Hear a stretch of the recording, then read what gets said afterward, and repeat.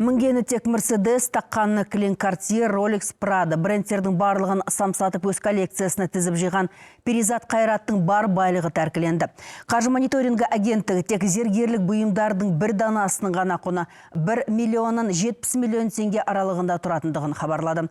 Премиум санаттағы Картье, Dolce Gabbana, Prada, Louis Vuitton, Versace сөмкелерінің өзі бір бөлмені алып жатқан. Бұл дүние мүліктің барлығы Перизат Қайраттың тұрғылықты жерін тінту барысында қайырымдылыққа деп жиналған ақшадан сатып алынғанын агенттік анықтады. Сондай-ақ сот санкциясымен Астананың ең элиталы Ақболақ Ривьера, Хайвилл Ишим Голд, Көкжайлау, Сынсата Плаза тұрғын үй кешендеріндегі пәтерлер мен автотұрақтағы жекеменшік орындары бұғатталды.